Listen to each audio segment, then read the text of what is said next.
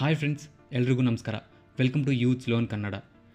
ಈ ವಿಡಿಯೋ ನೋಡ್ತಕ್ಕಂಥ ಪ್ರತಿಯೊಬ್ಬರು ಕೂಡ ಒಂದು ಸರಿ ಆಲೋಚನೆ ಮಾಡಿ, ವಿಜ್ಞಾನಿಗಳೇನಾದರೂ ವಿಮಾನವನ್ನು ಕಂಡುಹಿಡಿದಿಲ್ಲ ಅಂದಿದ್ರೆ ಏನಾಗ್ತಾ ಇತ್ತು ಅಂತೇಳಿ. ಯಾಕಂದರೆ ನಾವು ನಮ್ಮ ಪಕ್ಕದೂರಿಗಾಗಲಿ ಅಥವಾ 200-300 ಕಿಲೋಮೀಟರ್ ದೂರ ಇರ್ತಕ್ಕಂಥ ಯಾವುದಾದ್ರೂ ಒಂದು ಊರಿಗೆ ಹೋಗಬೇಕು ಅಂದರೆ ನಾವು ಬೈಕಲ್ಲಾದರೂ, ಬಸ್ಸಲ್ಲಾದರೂ ಅಥವಾ ರೈಲುಗಳ ಮುಖಾಂತರನಾದರೂ ಹೋಗ್ಬೋದು. ಆದರೆ ಸಾವಿರಾರು ಕಿಲೋಮೀಟರ್ ದೂರ ಇರ್ತಕ್ಕಂಥ ಯಾವುದಾದ್ರೂ ಒಂದು ಸ್ಥಳಕ್ಕಾದರೂ ನಗರಕ್ಕಾದರೂ ಹೋಗಬೇಕು ಅಂದರೆ ನಮಗೆ ವಿಮಾನಗಳನ್ನು ಬಿಟ್ಟರೆ ಬೇರೆ ದಾರಿನೇ ಇಲ್ಲ. ಉದಾಹರಣೆಗೆ ನಾವು ಬೆಂಗಳೂರಿನಿಂದ ದೆಹಲಿಗೆ ಕಾರು ಅಥವಾ ರೈಲುಗಳಲ್ಲಿ ಹೋಗಬೇಕು ಅಂದರೆ ನಮಗೆ ಕನಿಷ್ಠ ಪಕ್ಷ 2-3 ದಿನಗಳು ಬೇಕಾಗುತ್ತೆ. ಅದೇ ನಾವೇನಾದರೂ ವಿಮಾನಗಳಲ್ಲಿ ಪ್ರಯಾಣ ಮಾಡೋದಾದರೆ ನಾವು ಕೇವಲ 3-4 ಗಂಟೆಗಳಲ್ಲಿ ಹೋಗ್ಬೋದು. ಯಾಕಂದರೆ ಈ ವಿಮಾನಗಳು ಕೇವಲ 1 ಗಂಟೆಗೆ ಸರಿಸುಮಾರು 900-950 ಕಿಲೋಮೀಟರ್ವರೆಗೂ ಪ್ರಯಾಣ ಮಾಡಬಲ್ಲವು.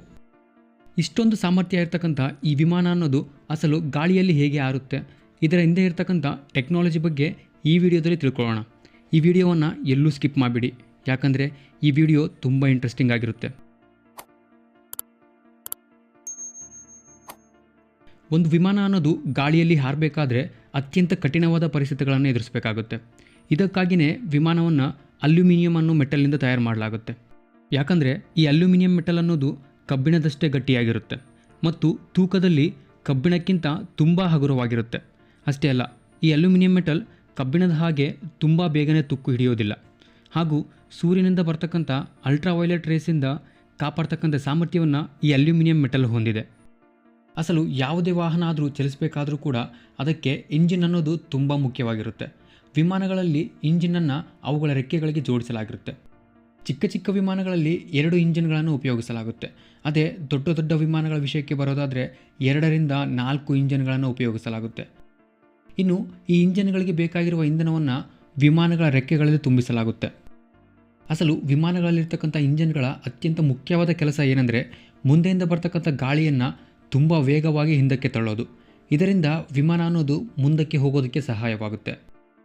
ಈ ವಿಮಾನದ ಇಂಜಿನ್ ಅನ್ನೋದು ಅದೆಷ್ಟು ವೇಗವಾಗಿ ಗಾಳಿಯನ್ನು ಹಿಂದಕ್ಕೆ ತಳ್ಳುತ್ತೆ ಅಂದರೆ ವಿಮಾನದ ಮುಂದುಗಡೆ ಅದೆಷ್ಟೇ ದೊಡ್ಡ ವಸ್ತುವಾದರೂ ಇರಲಿ ಅದನ್ನು ತುಂಬ ವೇಗವಾಗಿ ಎಳೆದುಕೊಳ್ಳುತ್ತೆ.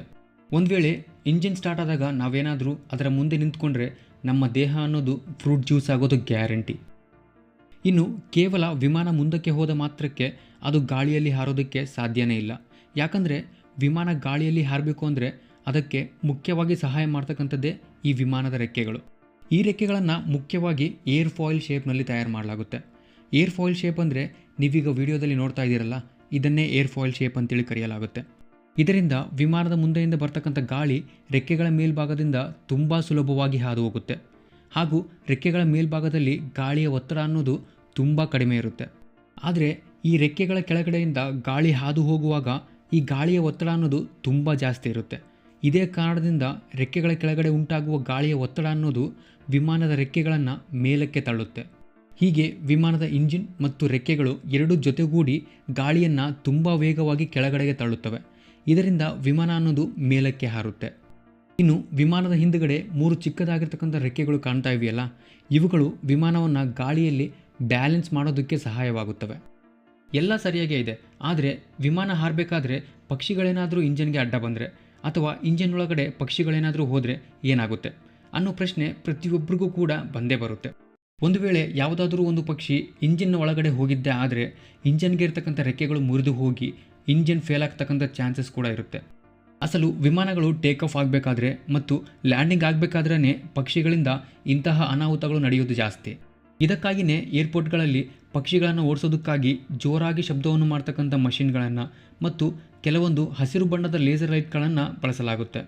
ಇದರಿಂದ ಜೋರಾದ ಶಬ್ದವನ್ನು ಕೇಳೋದಕ್ಕೆ ಆಗದೆ ಮತ್ತು ಈ ಪಕ್ಷಿಗಳಿಗೆ ಹಸಿರು ಬಣ್ಣವನ್ನು ಕಂಡರೆ ಭಯನೋ ಏನೋ ಗೊತ್ತಿಲ್ಲ, ಆದರೆ ಈ ಹಸಿರು ಬಣ್ಣದ ಲೇಸರ್ ಲೈಟ್ ಬಿದ್ದ ಜಾಗದಿಂದ ಈ ಪಕ್ಷಿಗಳು ತಕ್ಷಣ ಹಾರಿ ಹೋಗುತ್ತವೆ.